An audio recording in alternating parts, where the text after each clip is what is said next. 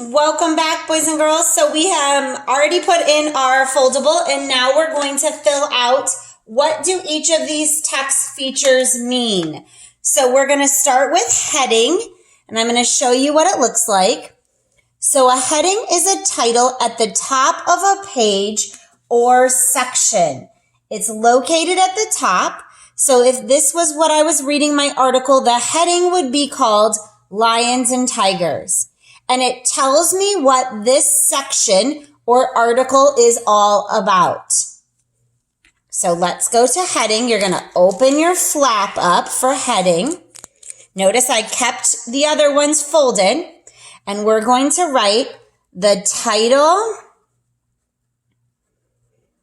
at the top. The title at the top of a section. The title at the top of a section. And then I want you to put tells what it's about. The heading tells us what it's about. It's like a preview of the text. What am I going to be reading? All right, so it could be a title or just at the top of your section, and it tells you what it's all about. Under the heading is called the subheading, and sub is actually a prefix meaning under. Under. So here's a picture of subheadings. It's a heading underneath the main heading. It states the topic of a smaller section. So my heading would have been African elephants, which meant the whole article talks about African elephants. But the subheading is massive trunks. That means just this section is talking about their trunks. We might have a subheading that says food they eat. So this subheading tells me what this section in the whole article is all about. So the subheading is under the heading. It's under the heading. It's often in bold or underlined under the heading.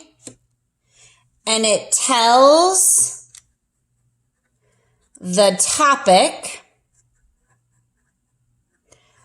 of the smaller section. So instead of telling what the whole thing is about, it's only telling about the smaller section.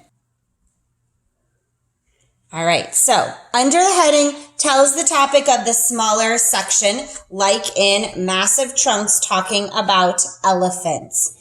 That is the subheading.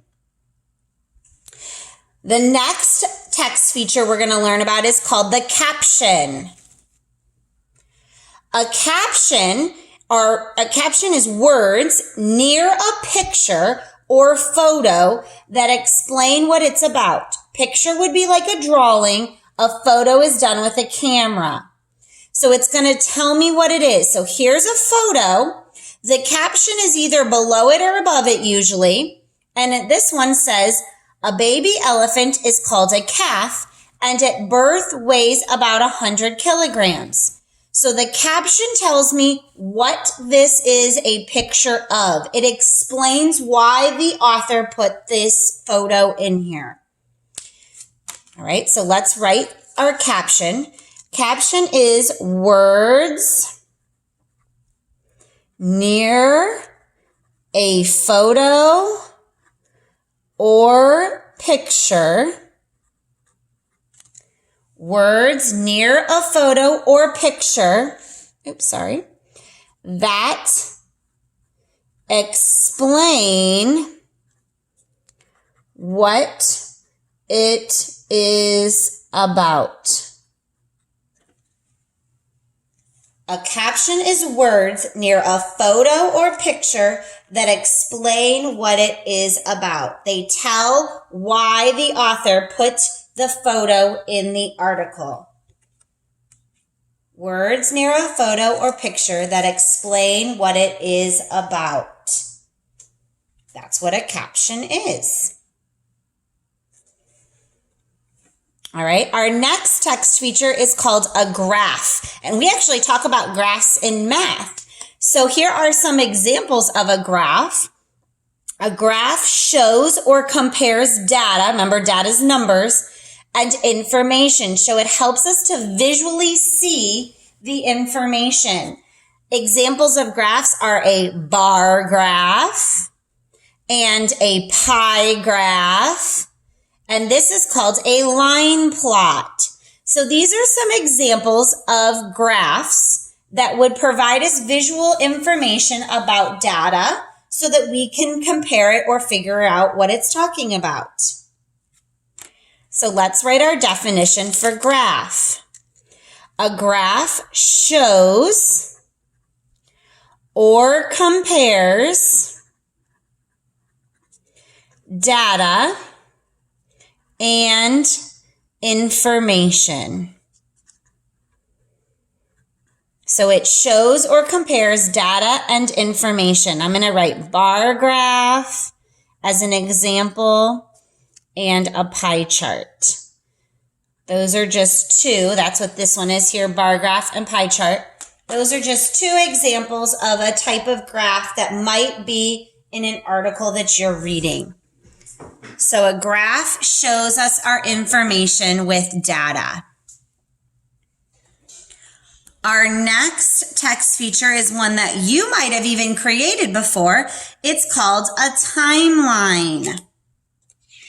So a timeline gives us events in order. It's a list of events in order. It's usually a line with dates. That's where we get timeline. And it's a diagram of events listed in chronological order. Chronological means from beginning to end. So this is a timeline of Martin Luther King Jr., and it starts in 1929, and you see it goes up 1956, 1963, 1968. And above each year, it gives an event that occurred. This makes it a timeline. You might have done a timeline before telling the events of your life. Oops, let's write this down on our paper. So a timeline is a diagram of events listed in time order. Sometimes they're listed in time as far as time on a clock. Other times they're listed in year order, like the one we just looked at here of Martin Luther King. So a timeline is a diagram of events listed in time order. And let's draw it. It's on a line with different marks on it, which we've done not number lines before. All right, our next text feature are keywords. I guarantee you've seen these before. Keywords are important words in a text that are bold, meaning dark print, italics, which we talked about with plays. Remember, they're kind of slanted, or they might be in color. Sometimes they're even underlined.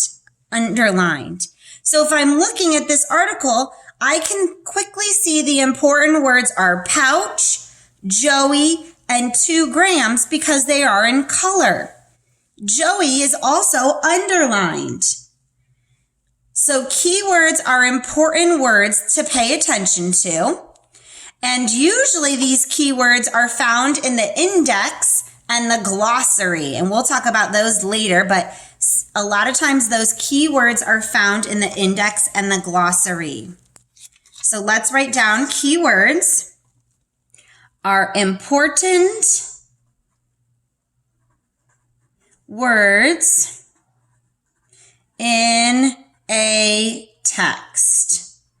And let's do bold, and then see if you can write italics, or you could put color and underline it to help you remember that keywords are in bold, italics, or color.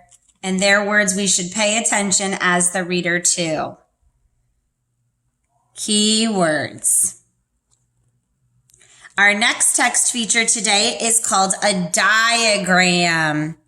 And a diagram is a picture, and here's the important part. It has labels to show the parts. A diagram tells parts of something. So here's the parts of the plant. It's a picture. The key to make it a diagram is these labels that show the parts, that names the parts. So the bud, the leaf, the root, the stem, the flower. A diagram is used to help you understand the parts of something. Let's go ahead and write our definition for diagram. It's a picture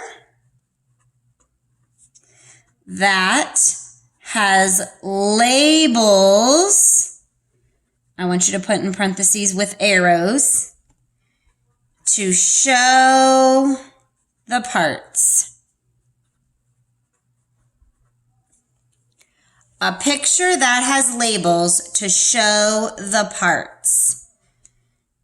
A lot of times if you're learning about animals or plants, they'll have labels and diagrams so you can understand the parts of the animal. Sometimes a diagram is like a life cycle, so you'll see that a life cycle is a diagram. Again, a picture that has labels to show the parts. And our last text feature for this part is called bullets. Bullets are when we make a list. So if I'm listing things like the grocery list or things I need to do today, I might put them in an order list and put these dots. These dots are called bullets, and it helps me to organize my information. It gives me a visual of this, and this, instead of it all being in a big sentence. So bullets are the little dots that help me organize information in a list. Let's write our definition for bullets. I'm even going to put a little dot. Organizes information into a list. So bullets organize information into a list, like summer plans are organized here in a list. All right, so these are the first half of all of the text features we're going to be looking at and discovering. On our next lesson, we're going to make the second foldable and talk about those text features.